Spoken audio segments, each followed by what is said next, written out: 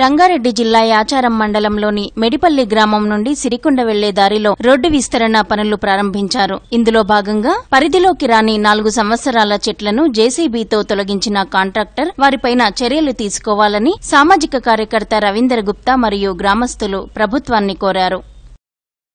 చెట్ల ఆనలు రాపోతేనే చెట్లు పెట్టిస్తుండు. చెట్ల గురించే బాధపడి చెట్లు పెట్టిస్తుండు.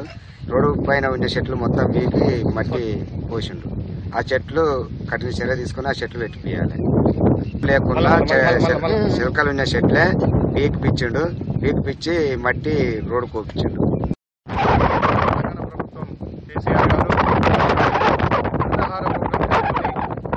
లక్షల ఖర్చు చేసి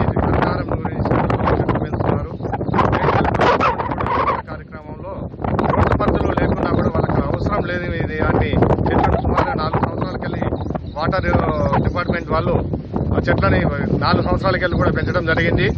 వాటికి కూడా వేసవి కాలంలో ట్యాంకర్ల ద్వారా నీళ్లు వేయడం జరిగింది. ఈ రోడ్డు విస్తరణ కార్యక్రమంలో కాంట్రాక్టర్లకి ప్లస్ పనిచేసే వాళ్ళకు కూడా ఈ చెట్లను తొలగించడం చెప్పినా కూడా వాళ్ళకి మట్టి పోసుకోవడానికి ఇబ్బంది అవుతుందని చెప్పేసి కోపు గుంతల్లో ఉన్న చెట్లని తొలగించడం జరిగింది. ఈ చెట్లను తొలగించిన ఈ కాంట్రాక్టర్ పై తగిన చర్య తీసుకుని మళ్ళీ ఈ రోడ్లు అర్థం లేకుండా కూడా చెట్లు తొలగించాలంటే కాంట్రాక్టర్ తగిన చర్య తీసుకోవాలి.